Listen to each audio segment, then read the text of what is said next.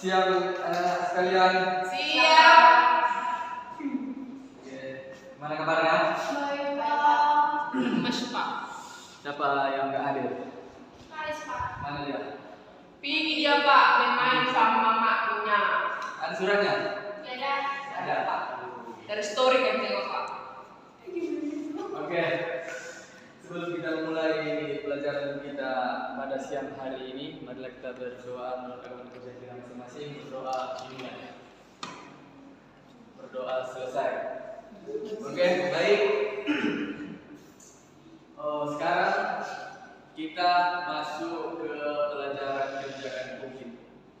Kebijakan publik, siapa pengertiannya? Siapa kau? Ada. Apa Yuli? Kebijakan yang dibuat oleh pemerintah untuk mengatasi masalah yang ada di masyarakat, Pak. Oke, baik. Tentu dalam kebijakan publik itu ada ciri-cirinya.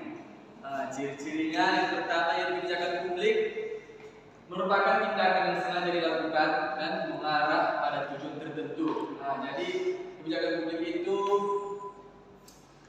merupakan tindakan atau peraturan pemerintah untuk mengatasi sebuah permasalahan yang ada di dalam masyarakat. Yang kedua yaitu kebijakan terdiri dari tindakan-tindakan yang saling berkait dan berpola. Jadi kebijakan-kebijakan tersebut berkaitan antara kebijakan yang satu dan kebijakan yang lain untuk mengatasi masalah-masalah yang ada dalam masyarakat. Selanjutnya tuntutan kebijakan.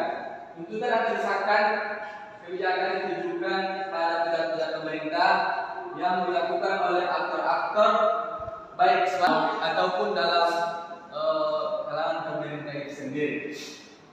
Selanjutnya keputusan kebijakan.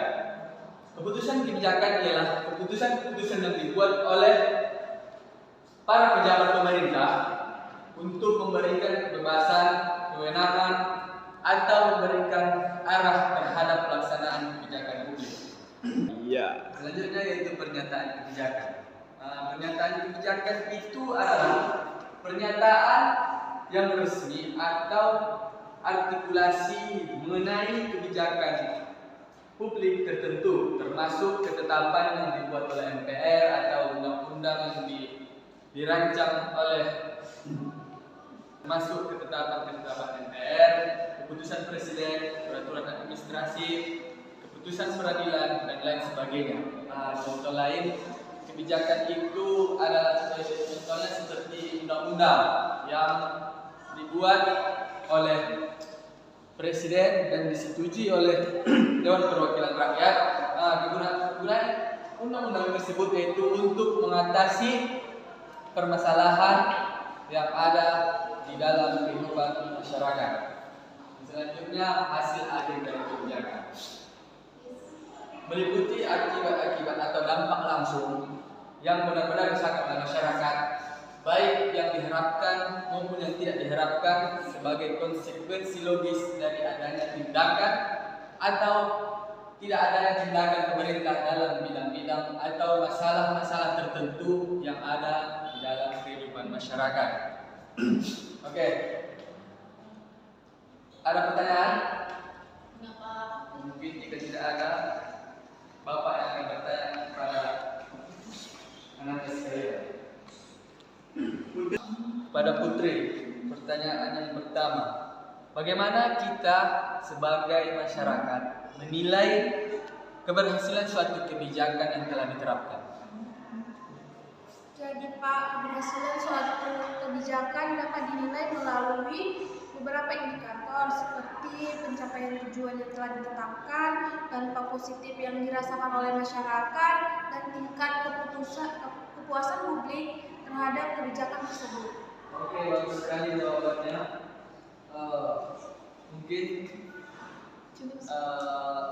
anak-anak Bapak sudah paham, tapi sebelum kita mengakhiri pertemuan ini, Bapak ingin menyimpulkan apa yang telah kita pelajari.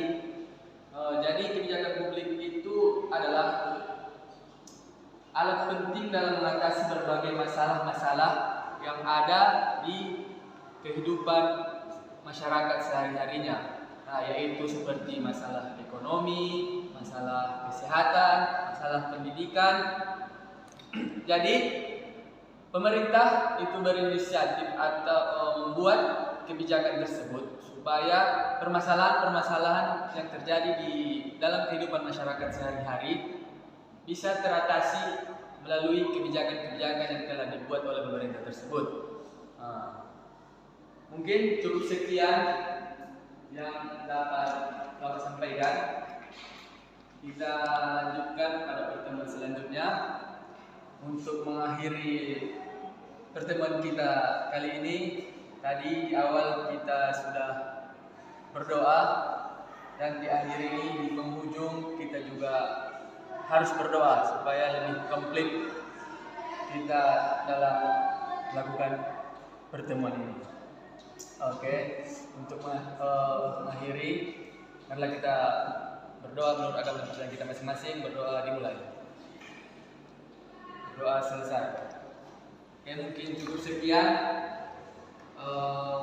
Wassalamualaikum warahmatullahi wabarakatuh. Selamat siang dan salam sejahtera untuk kita semua. Siang, Pak.